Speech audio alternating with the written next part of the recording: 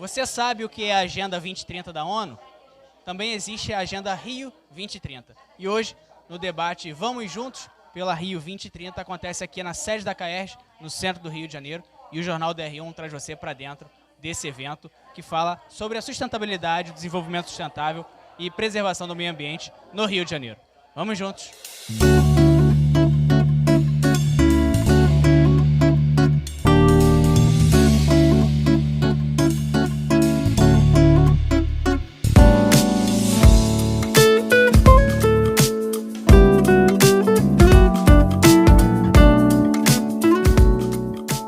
Eu só vou me levantar um pouquinho, porque eu tenho 1,53 m, aí assim eu consigo ver os rostinhos.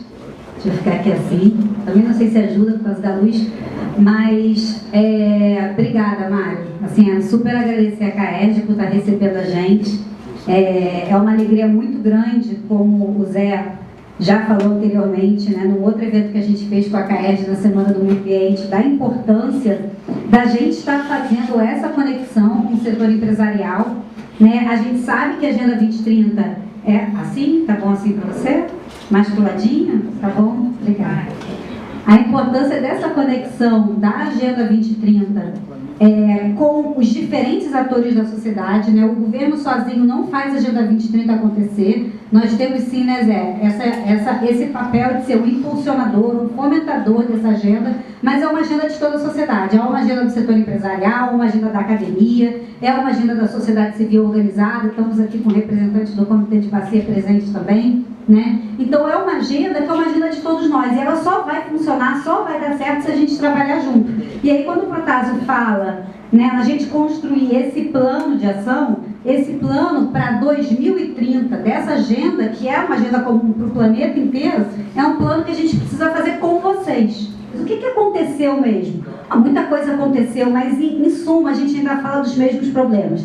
Se a gente olha esse mapa aqui, existem 5 ilhas de lixo, se é que eu posso chamar assim, nos oceanos. Só essa aqui do Pacífico são 2 Franças. Nós aqui no Rio de Janeiro, é a área que a gente está ruim mesmo, que até depois o Thiago pode falar mais sobre isso, mas aqui no Rio de Janeiro, a gente hoje está em 5º lugar em matéria de despejo de resíduo no oceano. Tá? Nós somos em 5º lugar. Então é algo que a gente precisa sim trabalhar. E a gente precisa, exatamente, a gente precisa trabalhar nisso porque a gente tem um papel importante e é um trabalho que a gente precisa fazer da base, é um trabalho que a gente precisa fazer com base em educação ambiental. O Rio de Janeiro, na COP26, se comprometeu com uma meta audaciosa, uma meta,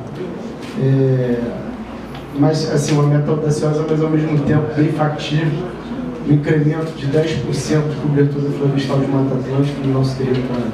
Nós temos mais de 30 unidades de conservação e todas elas têm que ser potencializadas através de programas de reflorestamento e combate ao desmatamento e incêndios florestais.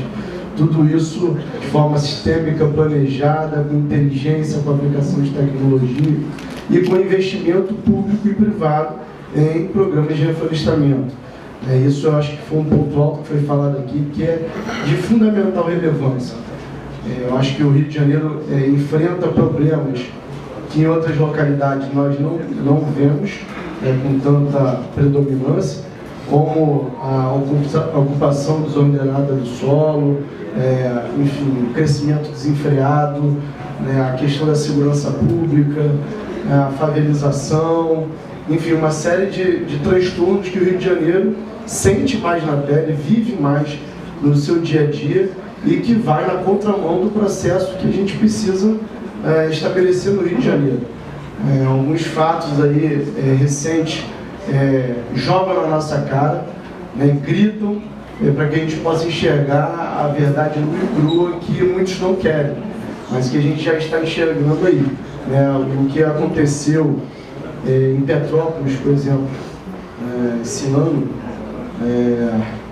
quase uma década depois do que aconteceu também na mesma região serrana, é um exemplo crasso da irresponsabilidade ao longo dos anos na condução ambiental do Estado e do país, mas que eu acho que há tempo da gente reverter. É necessário que se tenha uma política pública com um olhar voltado para florestar os nossos maciços, para a gente controlar de alguma forma esse crescimento de uma forma inteligente. Enfim, eu acho que são temas importantes que a gente precisa discutir. E aí eu acho que a Rio 2030 é a sede apropriada para isso. Meu nome é Carlos Augusto, eu sou advogado e representando o jornal da Indústria.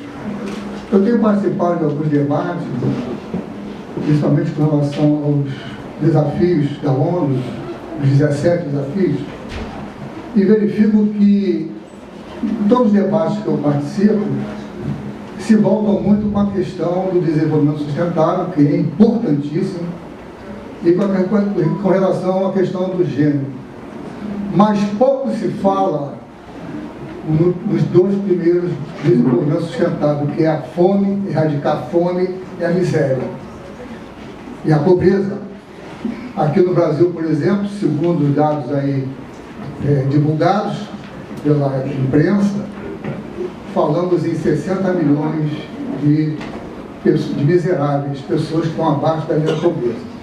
A minha pergunta é a seguinte: com relação a esse tema de desenvolvimento sustentável, de que forma podemos também incluir, de que forma o desenvolvimento sustentável pode ajudar na erradicação da pobreza e também da violência, né, que assola nosso país? Seria essa a minha pergunta. É uma pergunta muito relevante, porque realmente o debate acaba afunilando muito para a temática ambiental, né, e às vezes a gente não fala tanto sobre isso, mas realmente aqui, principalmente no Rio de Janeiro, no Brasil, isso é muito latente e a gente precisa combater a pobreza todos os dias. Eu acho que muito vai a nossa tentativa de trazer o Rio de Janeiro, trazer para o Rio de Janeiro o G20 é uma estratégia, porque esse é um dos focos do G20, a erradicação da pobreza.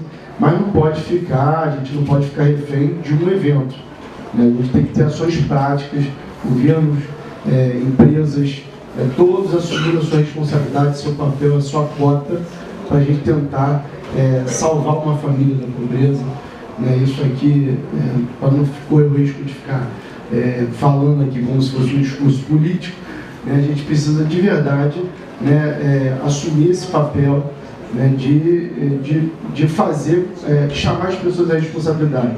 Enquanto poder público, né, trazer, por exemplo, quem pode mais contribuir. Quem pode mais contribuir?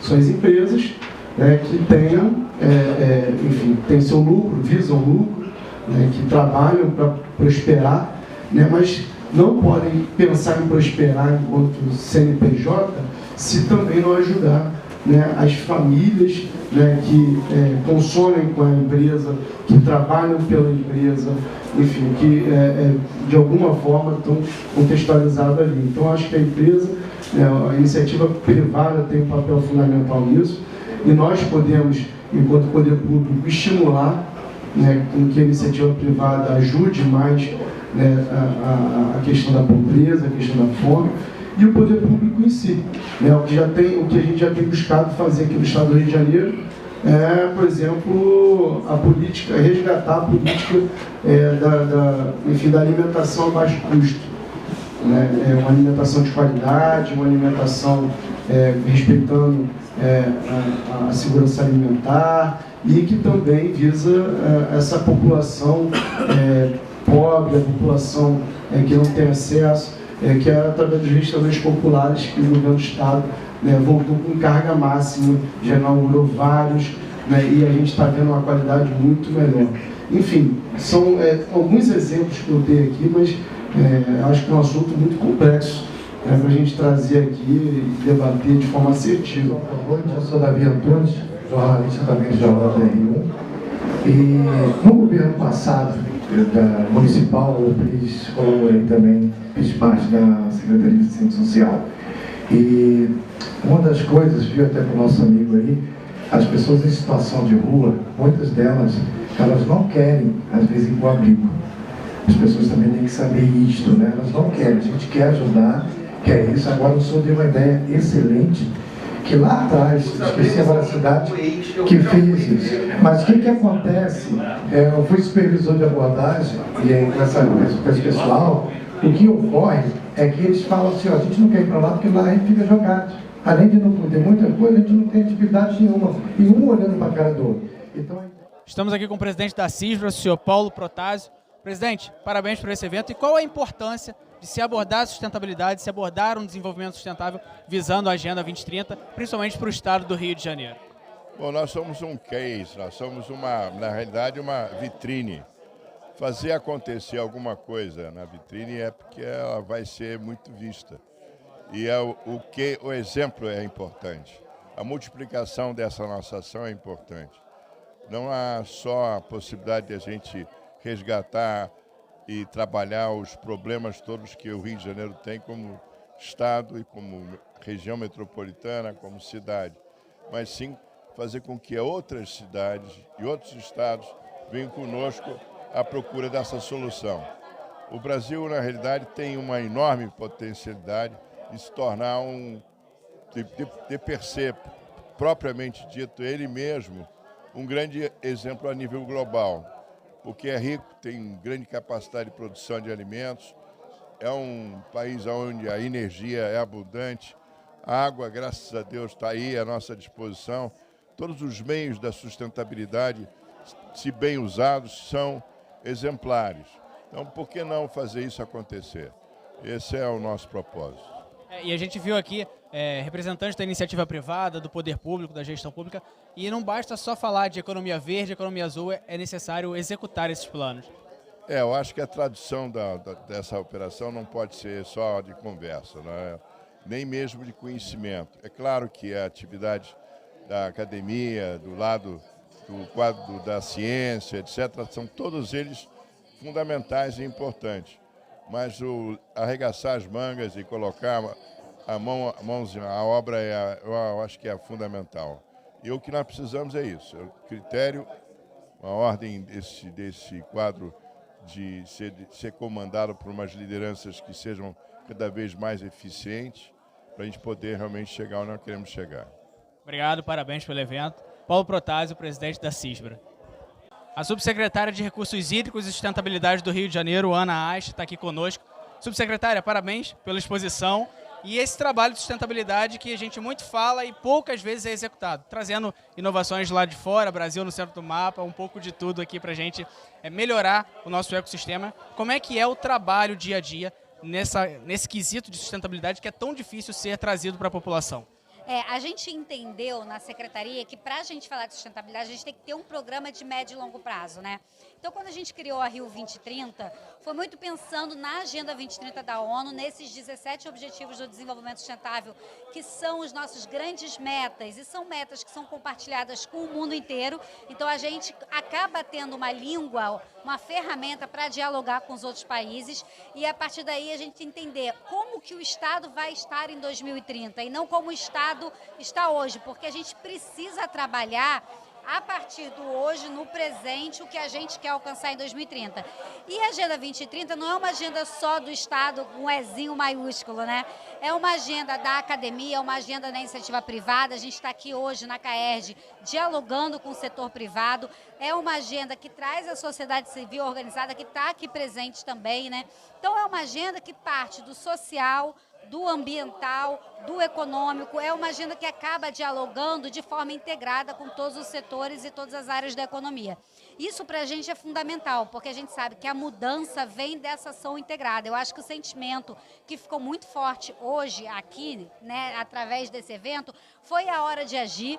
Foi essa agenda onde a gente pode dialogar, escutar e entender aonde que isso reverbera dentro dessa grande Agenda 2030 da ONU, né? E estivemos junto, inclusive, com a CAERJ, na Conferência dos Oceanos, em Portugal, onde se falou muito dessa economia azul, que é a economia do mar, mas tendo a sustentabilidade como perspectiva principal.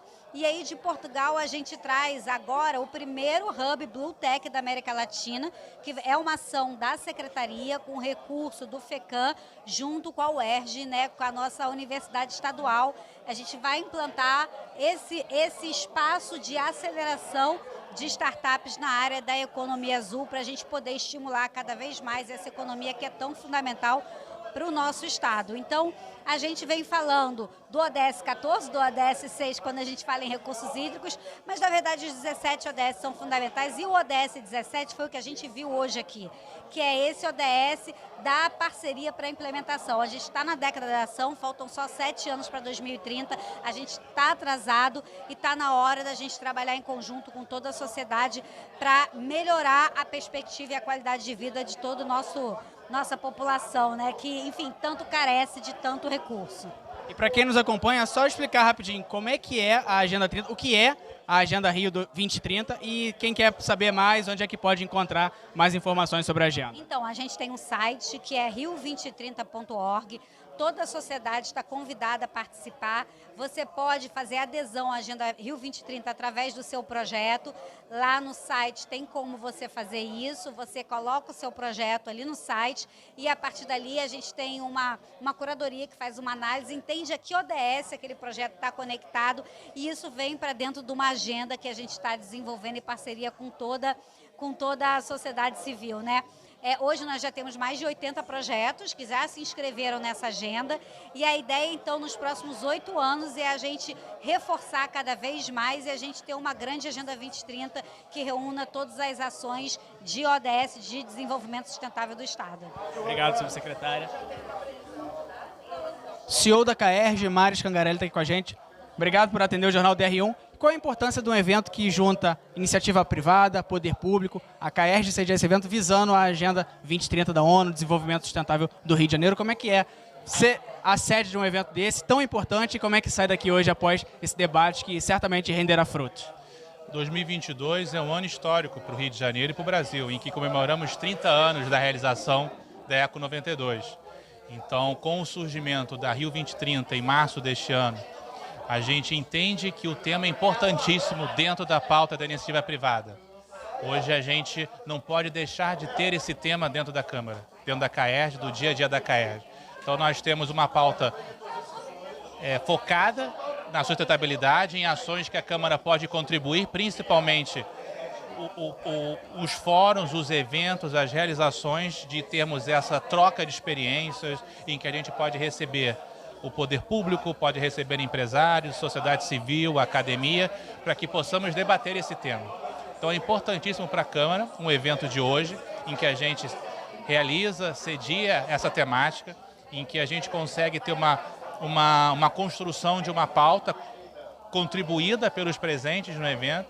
Então acho que o resultado do evento foi fantástico. A gente tem um dever de casa a fazer, e que entendo que a gente, até o final desse ano, ainda temos 3 a 4 eventos nessa temática. Em outubro estaremos realizando, junto com a IETA, essa temática do Fórum do Clima, que é o primeiro Fórum do Clima da América Latina.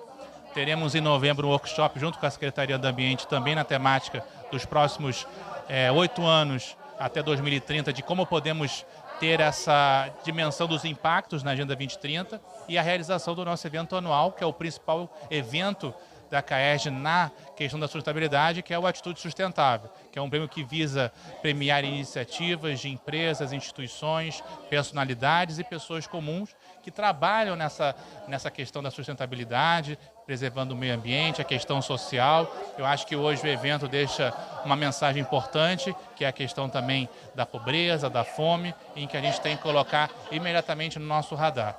Então eu entendo que o evento foi fantástico para que a gente possa realmente trazer novas pautas para a CAERJ debater com toda a população da sociedade civil fluminense. Parabéns pelo evento, parabéns pela luta. Obrigado. Você acompanhou conosco um pouco mais do debate sobre a Agenda Rio 2030 aqui na sede da CAERJ. O Jornal DR1 segue o compromisso com o meio ambiente junto das entidades, e você vai ficar por dentro de todos os passos que acontecerem. Lembre-se, Jornal DR1, sua cidade, seu jornal, compromisso com a verdade.